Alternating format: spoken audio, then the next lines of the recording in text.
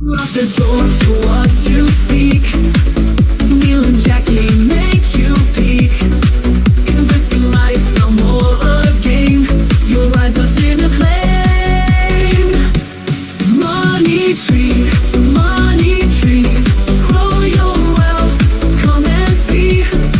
With Neil and Jackie guiding you, dreams will all come true.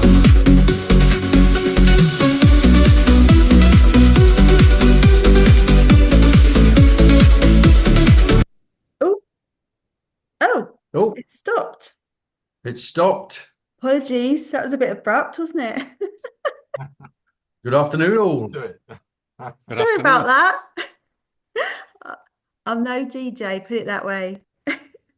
It's one of those songs where you keeps on going in your head all day. It does indeed. It does.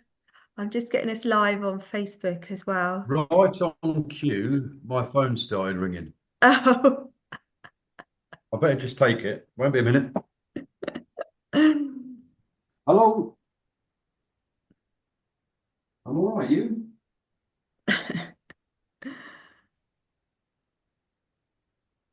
Right, let's get back. I should have done that bit before. All this tech stuff, trying to get it in all the different places. Just that you were, Okay, so that should be appearing on Facebook stream it as live well, out and we're just hopefully. off. Neil's just been waiting. He's brilliant. been in, well, he is in Cool, Lowestoft again Right, today, take care. waiting for the BT man. And you know they go from 8 till 1. And you always know it's going to be at 12:30 that they decide to turn up. No, that's not them. That wasn't them. No? Good, No. good, good. It was one of our mentors wanted to catch up. Oh, nice. Mr. J. Munoz. Oh, lovely. Lovely, lovely, lovely. And how is Just he wanted these to see days what then? deals we got on the go. Sorry. How is Jay Munoz then? How's that wonderful house he built? J. Munoz he's good. Yeah. His house is quite very much, very interesting. Certainly interests Steve, I'd have thought. It's a passive house. Wow. It actually pays him to live there. I think his electricity bill is £11 a year. Wow. Impressed. Have you seen the house? Have you seen inside? We've had dinner Yeah, there. we've had dinner there. Yeah, we've dined in it. So what It's quite something. what do you need to do to get a passive house then? I know he spent a lot of time trying to do that. Well, he's got he doesn't use mains water. It's all rainwater that's caught and Really? purified. Oh, So wow. everything's done through rainwater. Solar panels, obviously, triple glazing, and it's airtight, I believe. It is. Wow. Yeah, I remember he was worried. Oh, I know, because one of his contractors had an accident, didn't they? Oh yeah. While they were on site, and the emergency service wanted to put holes in the walls for Oh my God. something, Oh, and they couldn't because of the airtightness. Yeah. oh wow. So yeah. So, but Incredible. it's amazing.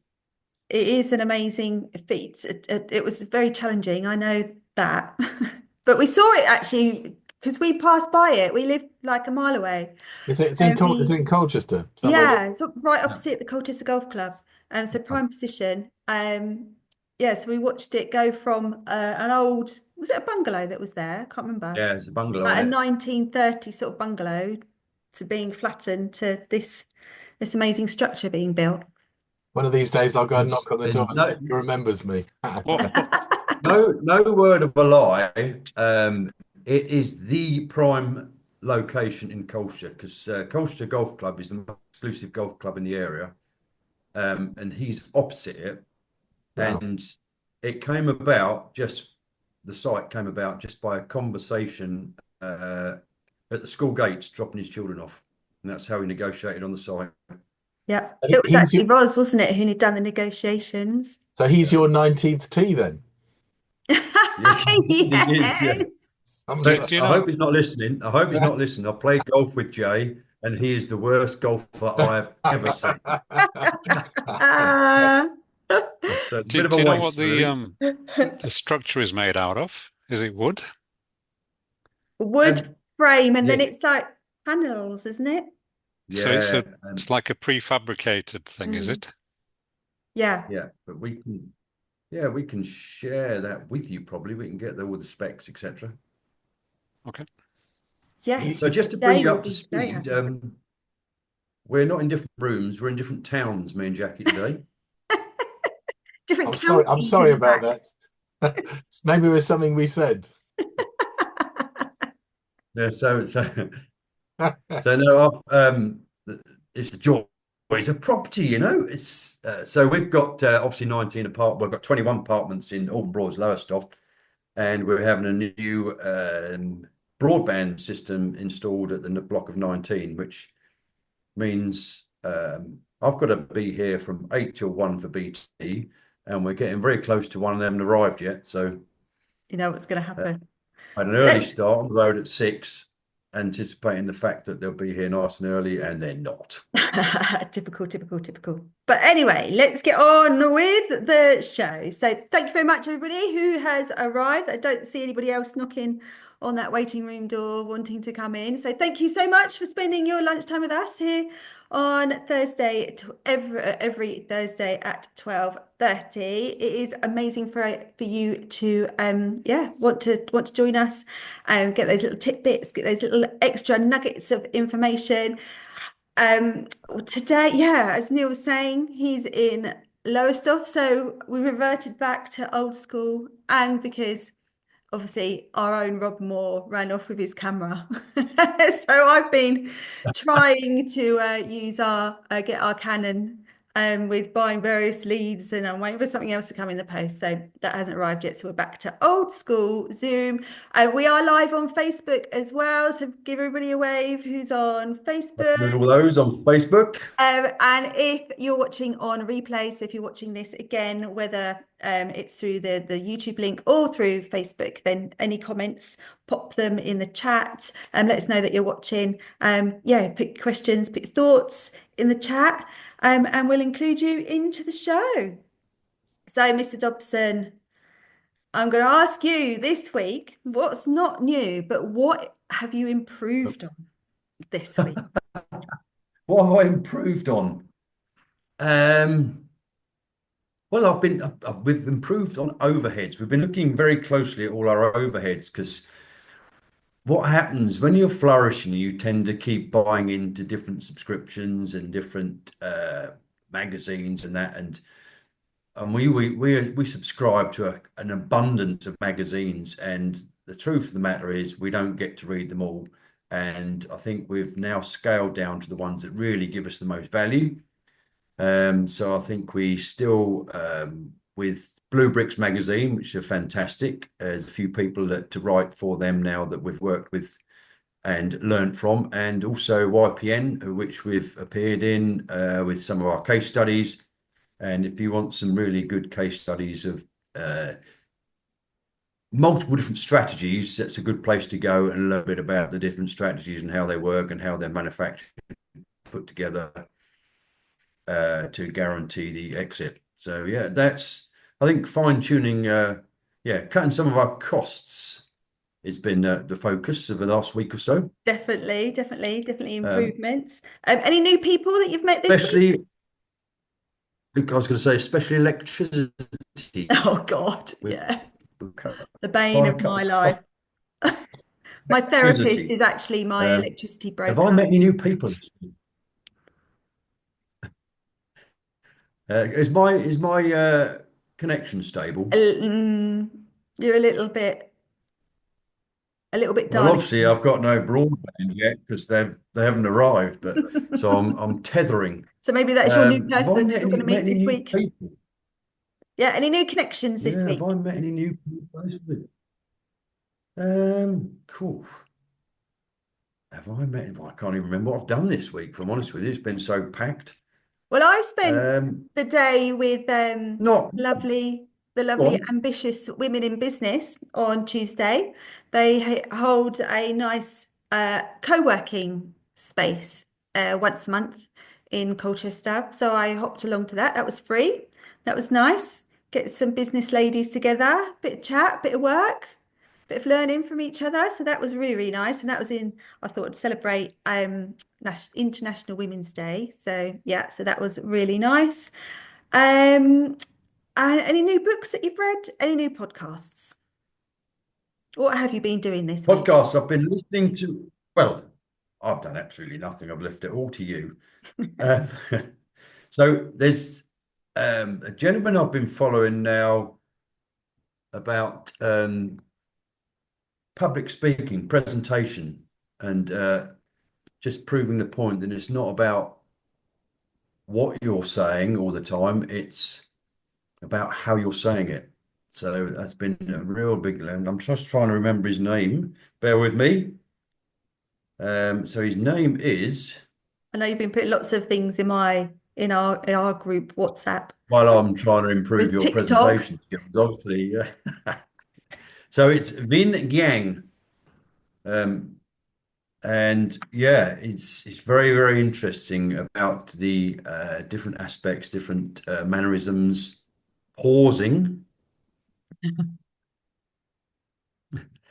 How a pause can be so powerful, because what basically happens is people then are very much anticipating what's going to come next, so they're more engaged and yeah, more likely to take the next line in. So it's been really interesting. That is quite eye-opener. interesting, actually, because then if someone talks like for a long length of time, you do zone out. So I suppose that pause is like the interruption, isn't it? It's an interrupter which brings you back into focus again. It's the pause, and one of the key things is, and I hope I'm doing this here in this room full of people, is rather than being the normal you have to be the 5 times you when you're presenting, so that depending on the size of the audience is depending how much bigger you need to be, as how your volume goes and your tone, etc., and hand gestures. So yeah, it's very much. When we've been doing video recordings, And body language, about how you obviously never stand with. I have a bit of a problem, actually, because I've got this condition that affects my neck and shoulders, which means for me to have my arms hanging is really quite painful. So generally I cross my arms or tuck them in my pocket to take the weight off the neck and shoulders, which is a huge no-no in the world of public speaking, because obviously folding your arms is on a closed space. You're not coming into my space. So basically keeping everyone at arm's length. Whereas and hands in your pocket, you're looking too casual, and if you can't be bothered, it's not important to you that we're delivering. So I think for me, it's going to be a case of more hand movements so I can avoid the pain of leaving my arms in one position, and I'm just proving that now. So I love a hand gesture. Me, if you're anywhere near me, you're likely to get a tap. That's why we don't Zoom in the same room, because I gesture all the time. I use lots and lots of gestures.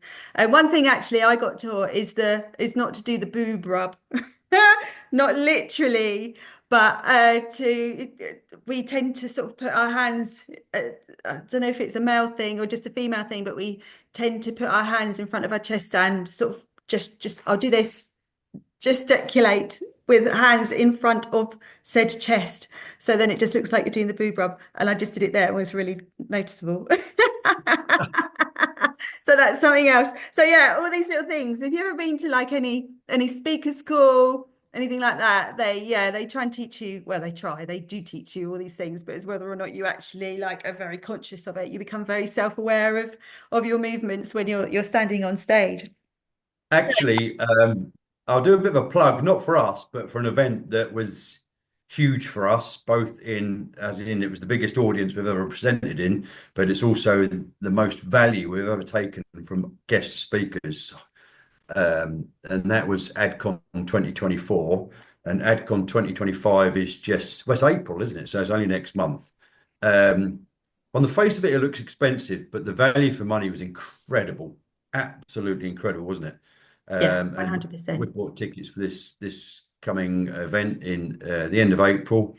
I think it's a Sunday, Monday, Tuesday, isn't it, this year? Yeah, it's a very different day of the week, isn't it, to have a 3-day event? But and one of the main speakers really who got the most plaudits, but actually got booed off stage because he'd finished and no one wanted him to go, they wanted him to carry on, was David J.P. Phillips. And this is where I learned about the pause. Well, he's amazing as He is, well. yeah. Yeah, I watch him a lot. It's all about storytelling. So if you research AdCon 2025, there's nothing in it for us, but I think there's huge benefit for anyone that goes.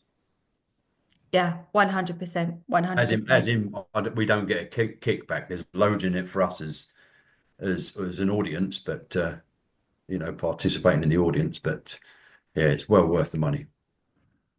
Thank you very much. Okay, well, you're gonna, I think, do some news. So we've got some news. We're gonna actually do a little review because I don't know if anybody else does this, but you have loads of magazines that come through the post. We probably get maybe three a month come through.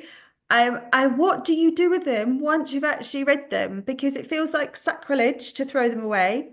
So I've just got this massive pile of magazines sitting there from the last probably couple of years. They're just so full of information, and it's like somebody's work, and I don't feel like they should be binned. So I'm not sure. Any tips on what to do with old magazines would be great. Should I take them to a library? I've got a tip. What? I've got a tip. Easy. Take them to our in-person networking event I could do that and actually. distribute them. Yeah. Well, I've got so many of them, so many. So any tips of what actually to do, whether, libraries accept them, take them to community centre. What do people do with old magazines? I would love to know. Just pop your comments in the chat. I'd like to know, I really would like to know what to do with them, because it does feel just wrong to be just ditching them and throwing them away. Okay, so we have got news coming up from Neil. So market news, mortgage news, anything that's he's found that's relevant to us in property. I'm going to go over or just do a little review of the few magazines that have come through the post, because that will be useful just to get those little golden nuggets and those people that you can tap into. And just there's really useful information in magazines. And then we'll sort of be ending at approximately 1:30. So Neil, are you ready for the news? Or I should have am. some news music to put on? The news at 10. The news at 12:48. Yeah, I can't deliver like Trevor McDonald, I must say. But so the news is a bit repetitive at the moment in the world of property from a renter's point of view, because it's all about the Renters' Rights Bill and EPC still, and it's just going over and over again about the same old stuff is not very exciting. Bit of interesting news is that mortgage approvals are up 18% in January compared to January 24. And this is a direct result of, they believe, a direct result of the impending stamp duty hike on the 1st of April. So everybody's decided to either try and get on the property ladder or move to obviously a bigger property or downsize or whatever to try and beat the stamp duty hike. So that's quite interesting. 18%, that's massive in 1 month. House prices went down. Wait for the figure. They went down by 0.1%. So not desperately significant, but it's this is in February. So this, I believe, is again a result of the stamp duty hike, because obviously people then started to accept lower offers to try and beat the stamp duty hike. Let's be honest, if they've agreed to do it in February, they're not going to get it through by the end of March, are they? Unless you've got the most wonderful conveyancing solicitor. And even then it's out of their hands. We've got one we're trying to sell and the buyer wants to get through by the end of the month, but the searches on his property have already been in for a fortnight, and they reckon it's going to be another fortnight before they get the searches back. So that's probably not going to happen. He's aware, and he knows what the difference in stamp duty is, so he's happy to continue whatever. So that's good news. The FCA have announced that they're going to try and take swift action to make mortgages easier, mortgage approvals easier, and fine-tune the affordability. So it's almost a tick box exercise rather than drilling into everybody's last pound. They're actually going to have a tick box, you know, your mobile phones, your cars, what finance have you got? And it is just the bigger items they're going to take in consideration to make the approvals a lot swifter. But other than that, there's HSBC have reduced their mortgages, but not by any great amount, but 0.1%.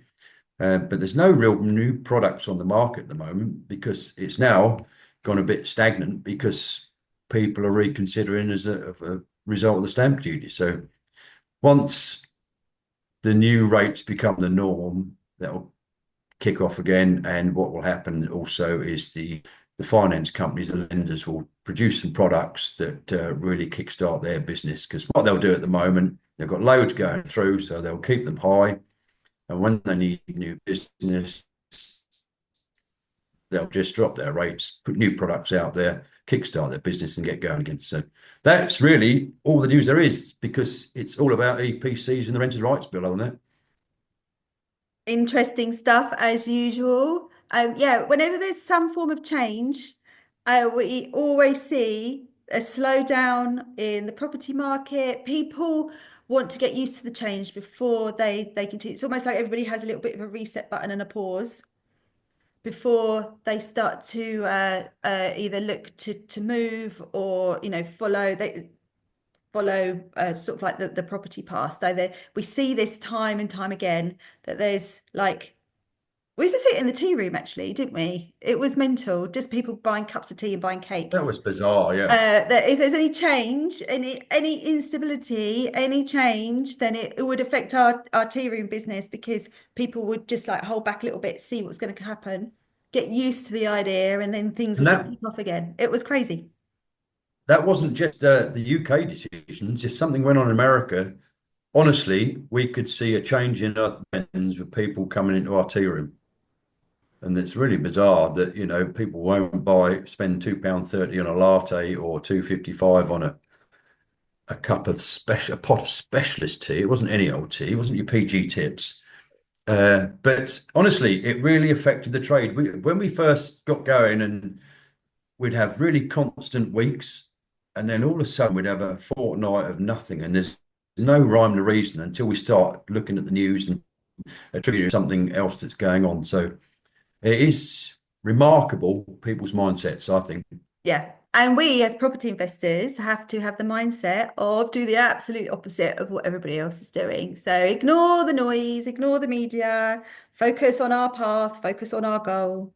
And that's where we're heading. So it's all about us, our economy, ignore everybody else's economy. It's all about us for that moment in time. Thank you very much. It's interesting. Us as in property investors. Yes, all about us. Not just us. No, not you and I.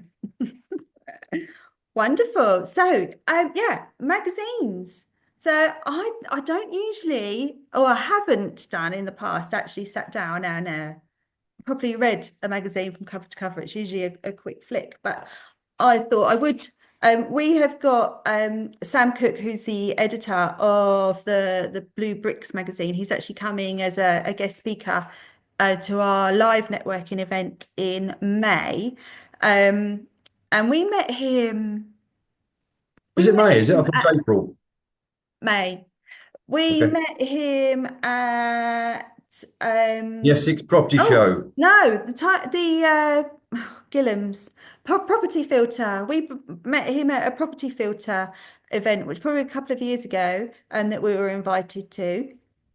And then we met him again, when we did the property show last year. He was actually on the stall next to us. So obviously we've signed up to his magazine, but just having a flick through it, I mean, it's got some great articles in there, some amazing people that we've worked with. Rachel Knight, all about title split, she's in there. Tina Walsh, which I know Anne-Marie and Nigel have had some dealings with very, very recently, and how we learned how to be compliant sourcing agents as well. So she's a great person to be hanging out with. And I just really enjoyed the articles because they're more on the sort of information, facts, and the more on the expert sort of level rather than just the case studies and looking at what people do and what can be achieved. It's more the nitty gritty. So yeah, so for me, I would say they're more creative in their strategies. yes. So I Rachel. was really impressed with this. So it definitely got a thumbs up from me. Not too many adverts.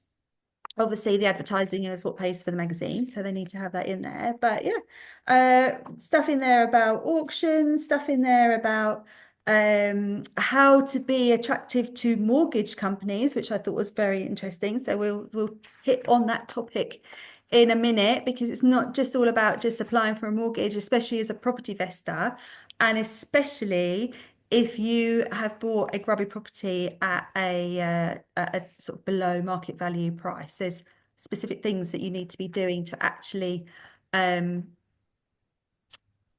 inform the mortgage company of how you've actually increased the price of that property. It's not just done on evaluation. So yeah, so I've got definitely thumbs up from me from Blue Bricks magazine. So I think it's a bi-monthly publication, £12.95 for one magazine, but definitely worth it, definitely worth the money. Okay, so Agreed. I would just like to talk about something we've actually been talking about this week with our mentees on our Tuesday night session. And it's a hot topic actually, for lots of reasons, and that's about empty homes, empty houses that are sitting on the market, that need to be brought back to life and obviously get people living in them. I have to say, actually, they're not all on the market. Oh, sorry, that aren't on the market. Yes, Yeah. these are the ones that actually aren't on the market, the ones that I was talking about.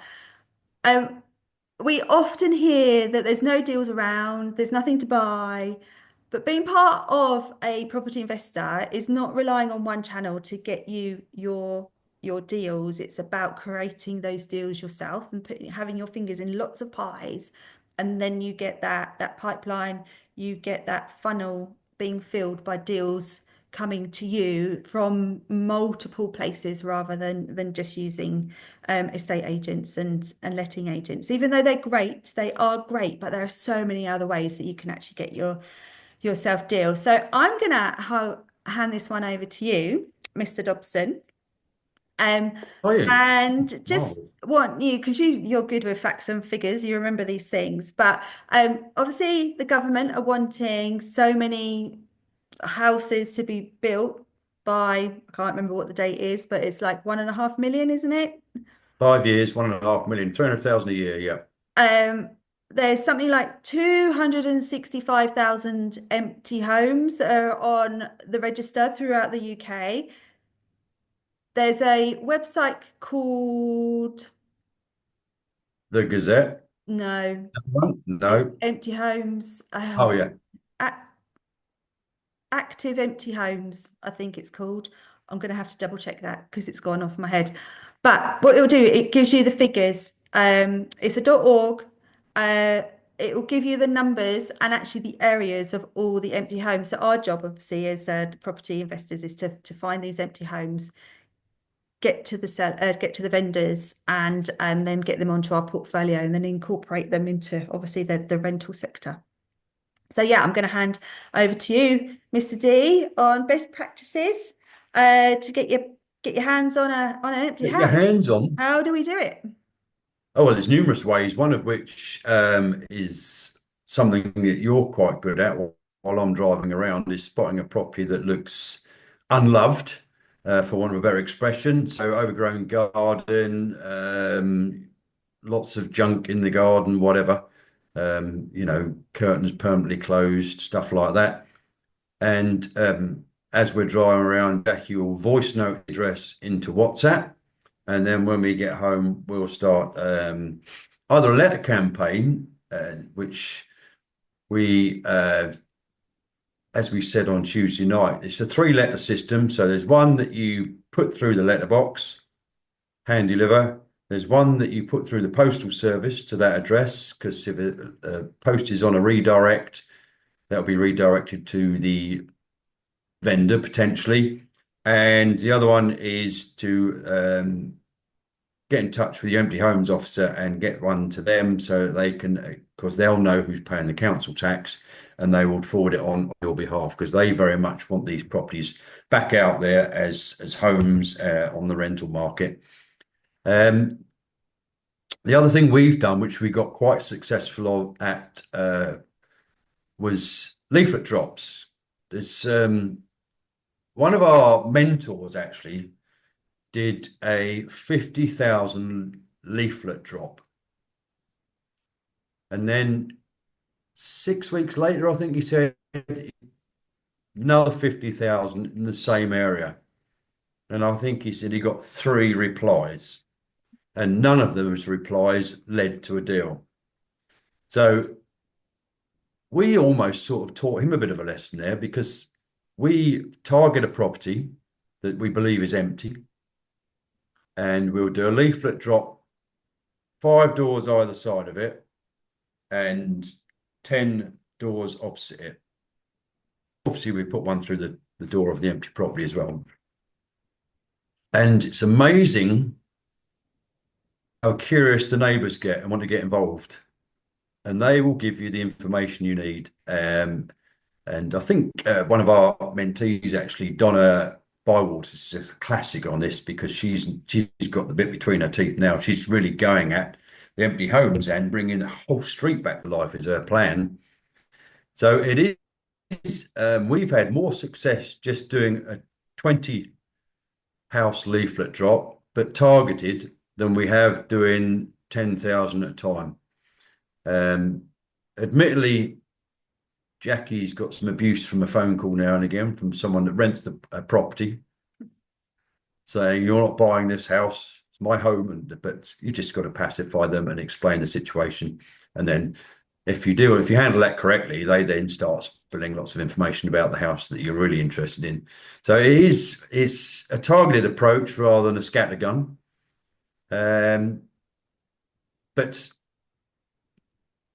building a good relationship with the empty homes officer in your area is also very, very lucrative, because they obviously can't divulge all the properties. But if you bring them to them, they would certainly forward any letters on to the owner or the person that's in charge of the council tax, etc., etc. So that is, it's all about. Everyone sells me property as a numbers game, and I sort of always correct them and say it's a numbers game, but it's the people that you build relationships with help you achieve those numbers. And we believe that very much. And it's a people's game, definitely. Building rapport, building respect, confidence, and being true to your word, really, and following through on your promises. So yeah, I don't know if you've got anything to add to that, Mrs. D. I have actually. I just looked at what the website was called. It was called actionemptyhomes.org. I nearly forgot it again then. That's why that dramatic pause. I was like, yeah, Action Empty Homes. It was Empty Homes Awareness Week last week. I mean, they're 265,000 and they're classed as a long-term empty as well. So these are unloved houses. These aren't holiday homes. They're not like second homes that people use regularly. These are actually classed as long-term empty. A lot of the councils are whacking double bubble council tax onto these properties as well, to incentivize them to either be sold or to be sort of redeveloped to bring them back to life.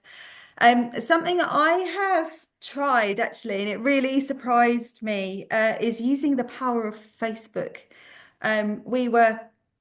It was brought, a property was brought to the attention of ours by a neighbour that we were working on a property, and I think it was like a neighbour that was two doors away, wasn't it? And it was their neighbour. The house was in an awful state. They were suffering from mice and all sorts of things.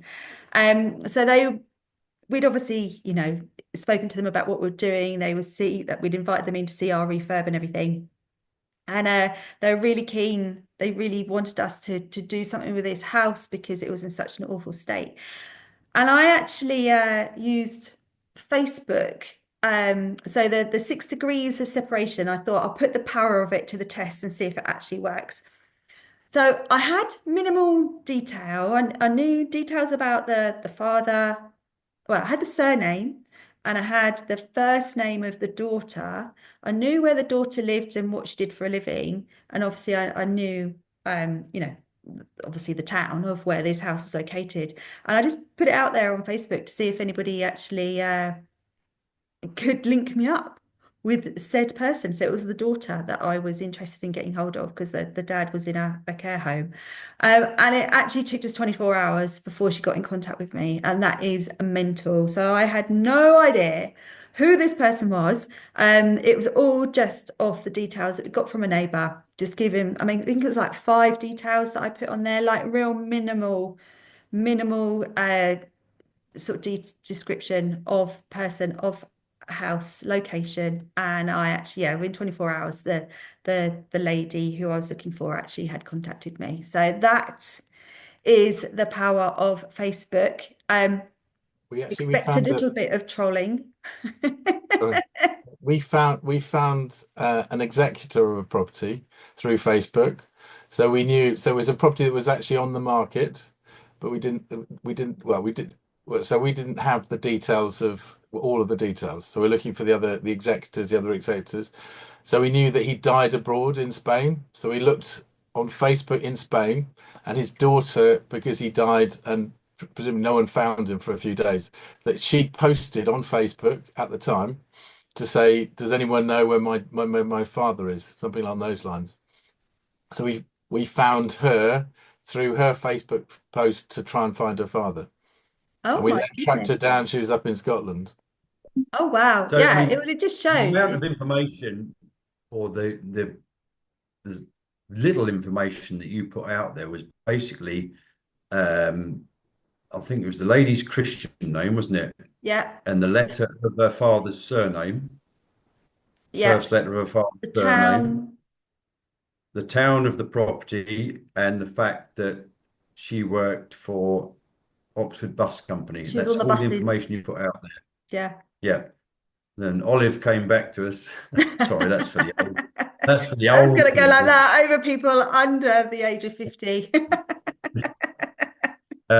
So she made contact just from that information, letter of the father's surname, Christian name, worked for Oxford Bus Company, and she got in touch within 24 hours. Yeah, it's Bizarre, isn't it? crazy. It is crazy. So yeah, but it works. It works, and that's if you're wanting a property, if you my only real sort of big bit of advice is make sure you want the property. Don't just scattergun this because you know you are having conversations with real people. And if you're using like the empty homes officer as well, if you're going to use the council, then you know they have got jobs to do. They don't want to be bombarded with what about this property, what about this property, what about this property. So please do check, do your due diligence before you start to go down that road. So do your letters, do your leaflets, see what you can find out yourself before you do ask, you know, the services of organisations to help you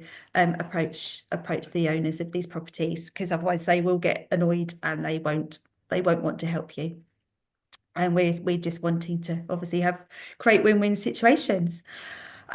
Just on a little footnote, we have got our Property Essentials workshop on Saturday, the 22nd of March. Actually, the early bird offer is expiring in 2 days, so it runs out midnight, the 15th of March. So the code to use, so first of all, website moneytreemastery.com. So that's for property essentials.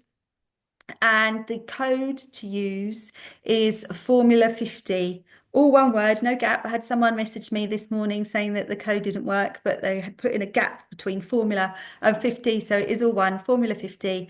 Get yourself on that. We'll be going through, oh my good, we'll be going through some of our deals. So one we'll be going through is how we, for £1, we actually managed to generate £40,000 from one particular property project without even lifting a paintbrush. But we're going to go, it is the essentials. So we're going to be looking at things like how to identify that perfect area, how to rinse it for everything so you can create multiple streams of income.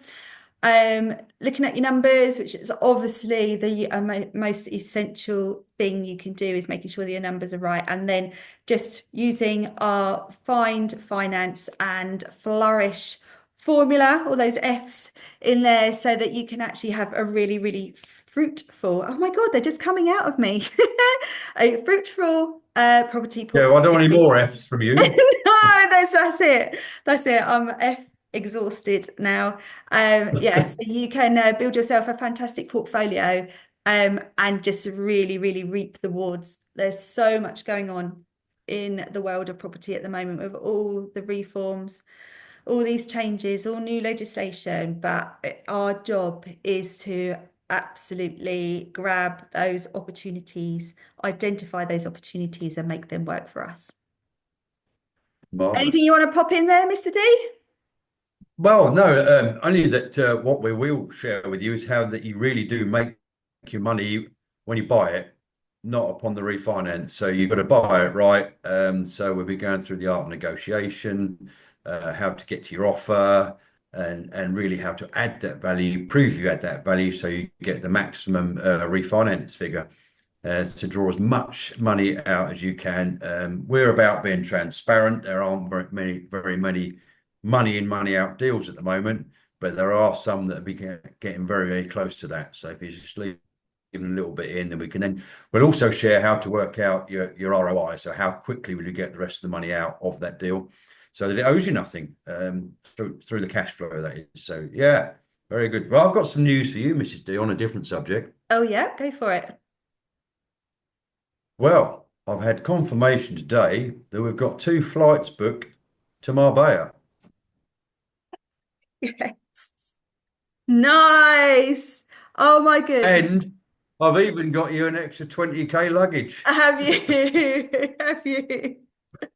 Fantastic. So I'm not sure if we're actually supposed to announce this yet, because I don't think it's been announced to the Oh, people can't we? Oh dear. So, but Yeah, go for it. should we say? So we've Yeah. been, so we we have been so privileged to attend the Assets for Life retreat. Is it the Millionaires Retreat? Isn't it? I should really know which one it is. Millionaires Retreat for 2 years, the last 2 years, and as guest mentors, and we have been invited back again this year, which is just amazing, because it's just a fab week, isn't So it? they actually pay us to sit around the pool dangling off. I know. Yeah. I know. Yeah, paid. It's such a joy to do. Yeah, we do get them into a little bit of trouble where Liam slopes off early, and then we take him out for the evening. But hey ho, lots of learning. There's some great stuff. So that again, sorry.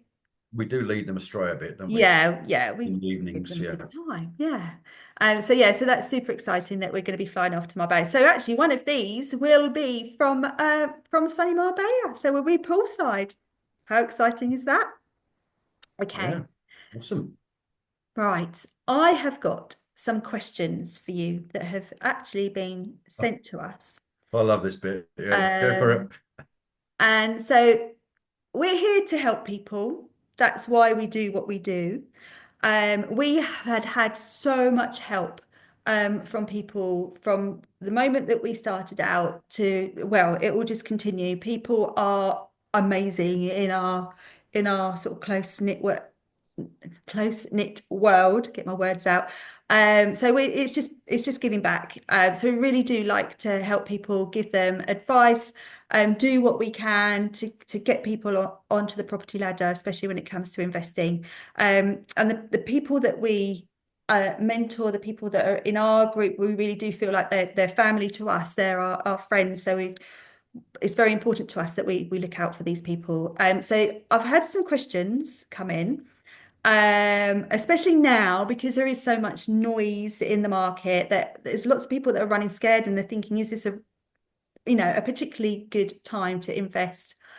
Everyone's scared of the new renters' rights. So yeah, a lot of the questions we're having, is it a good time? So one of the questions that I have been sent in by a lady called Andrea. She has said that she's been scrolling through property listings for weeks and just feels completely overwhelmed.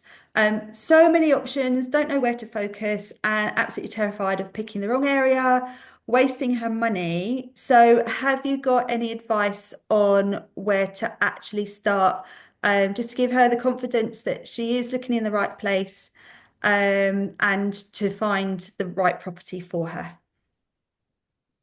Investment property, I take it. Yes, investment property, yeah. I can only sort of endorse what we've been through, really. We backed ourselves, in 2018, we took a huge gamble. We bought property education, £25,000 across various credit cards because we had no money, but we backed ourselves to succeed. And I'm a massive skeptic, let's be honest. And I sat in this room and I'm thinking, why are they up there in front of me? If they're that successful, why are they standing in front of me on a Saturday? What is it? Friday, Saturday, and Sunday, 3 days in a row. Why are they doing that? But they had got huge portfolios. They are successful and still are successful.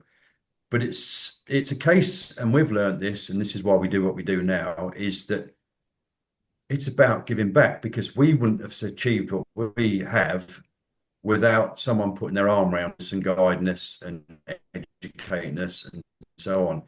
So my advice to anybody would be, back yourself, find the right people to educate you, those that will give you enough attention, enough one-to-ones. There's a lot of companies out there that do it en masse, and it's all modules, etc.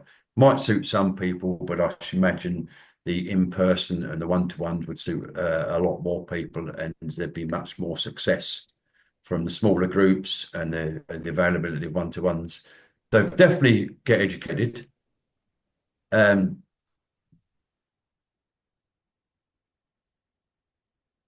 Oh, is he just frozen just at that moment? I think he has. I'll pick it up from there. System being, Oh, we lost you for a minute.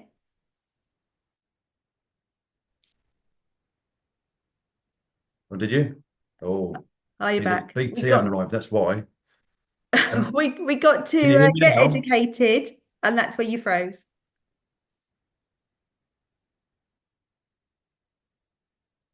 Oh, no, he's gone now. He's gone now. So I'll just pick it up. So the other thing is, do go to networking events and learn from other people that have walked in your shoes. That is always an amazing place to get those nuggets of information. Speak to letting agents, especially if you're going down the rental route, is to speak to letting agents and ask them what is, what's hot for them, what have they got waiting lists for, and get them to sit with you so they can talk to you about the market, what sort of tenant type they've got on their books, where's great for their tenants, and they'll also tell you the places to avoid as well.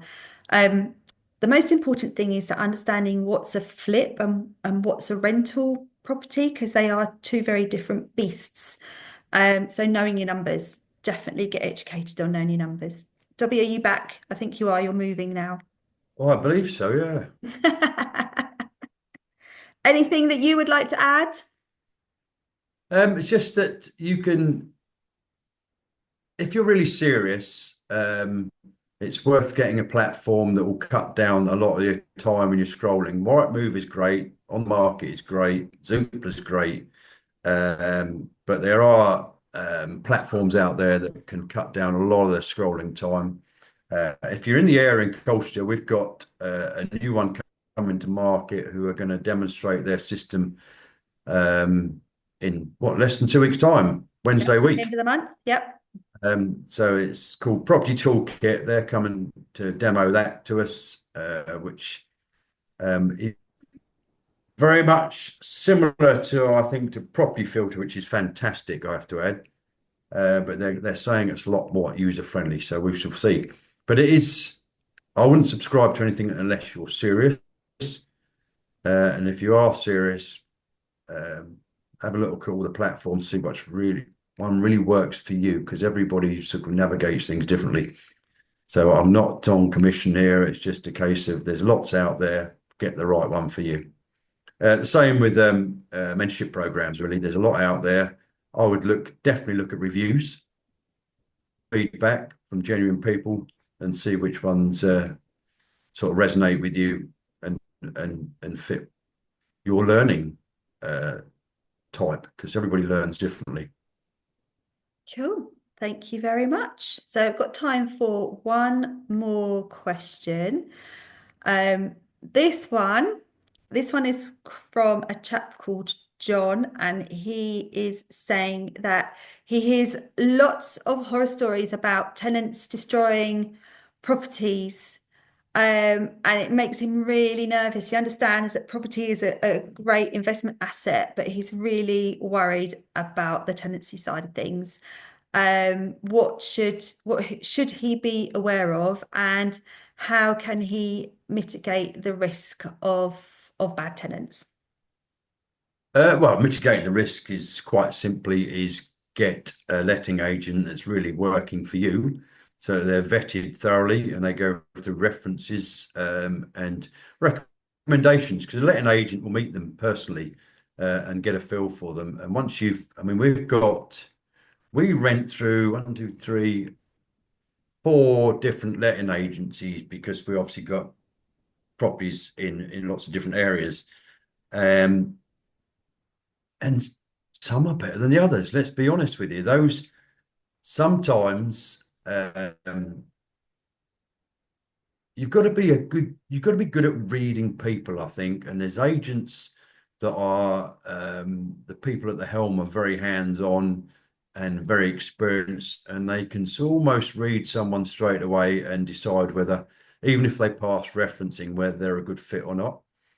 But let's be honest, of all the rentals we've got and we've had and the tenants we've had, if we had 2 bad tenants, I think, one of which we knew, we bought the property knowing we were going to have a hassle. So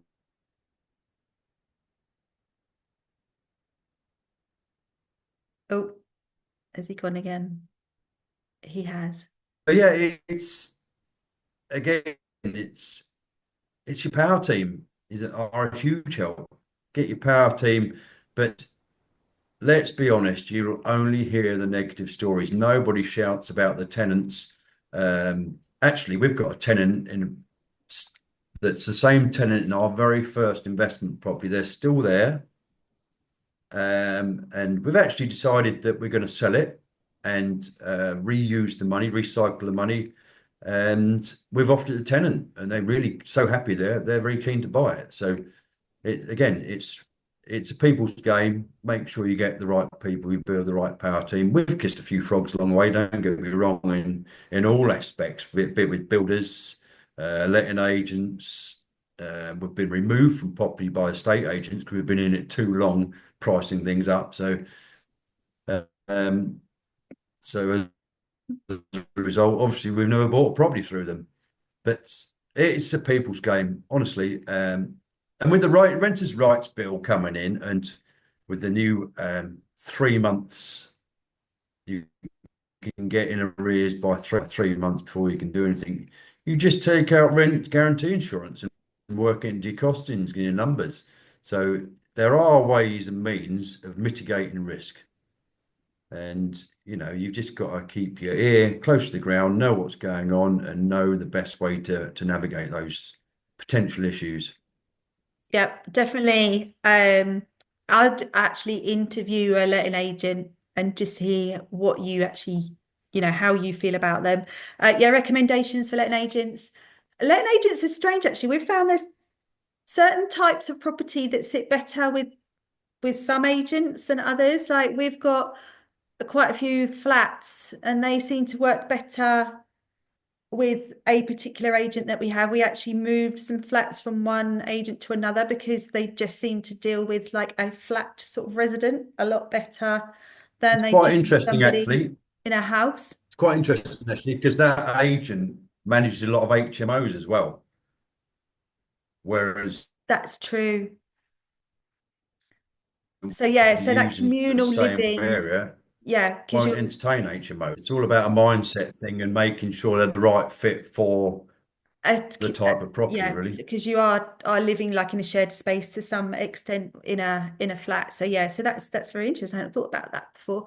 Yeah, so different letting agents will be suitable for different styles of property as well as your tenant type as well. So there will be letting agents that will deal with like the HMOs, the social housing side of thing, and then you'll get the sort of a higher end letting agent where it is sort of families, and they will deal with a certain type of people. So yeah, so do interview your letting agent. We've only just started taking out the rent insurance. We've just done our first one because of the coming changes. It's £30 a month on that was a £625 rental figure. So it's not huge. The benefits of it are huge. Actually you get better cover than like they insure your deposit for more. So yeah, there's lots and lots of benefits for having that insurance now. So that would definitely be something that every renewal we or new tenancy, I should say, we will be just adding that in as just the norm, just one of those extra bolt-on things. Can I say something? Yes, of course. Feel free. I've ever since I was renting out the property that that I'm selling, I've always had landlord insurance, and I've had malicious damage, and I've had rent guarantee. I just think that is the way to go. And I had that this was since 2020. It just made sense to me.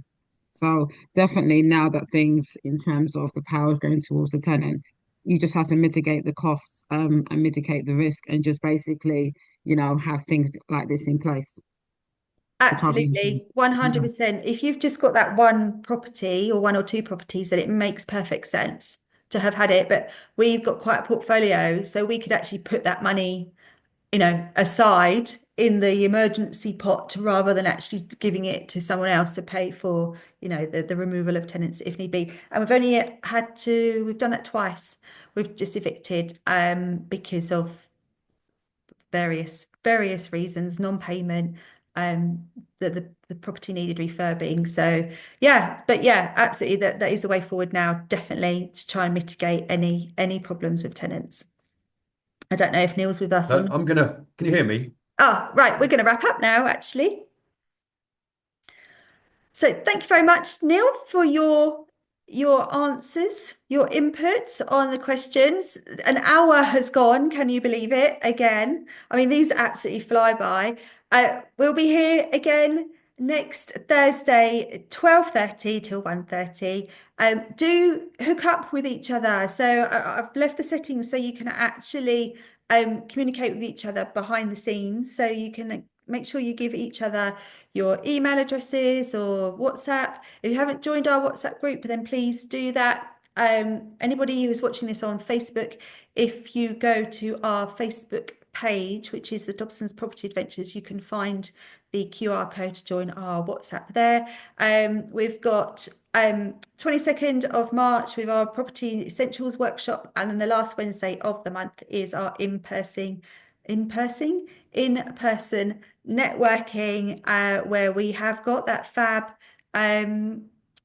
It's Oliver, isn't it? Oliver and the team coming from Property Toolkit to showcase their new property search software. Property Toolkit and David Fabra Yes. are our speakers. Yeah, who's one of our I'm going to members. sign off and apologise, but you can understand why I'm in last off, because we definitely need Wi-Fi here. Yeah, amazing. So So if we I'll don't sign off. See you all next week. Fab, thank you very much. And we'll see you all next week if we don't see you before. Remember, those people that are on our programme, I'll see you on Tuesday evening sharp at 7 o'clock. Cheerio.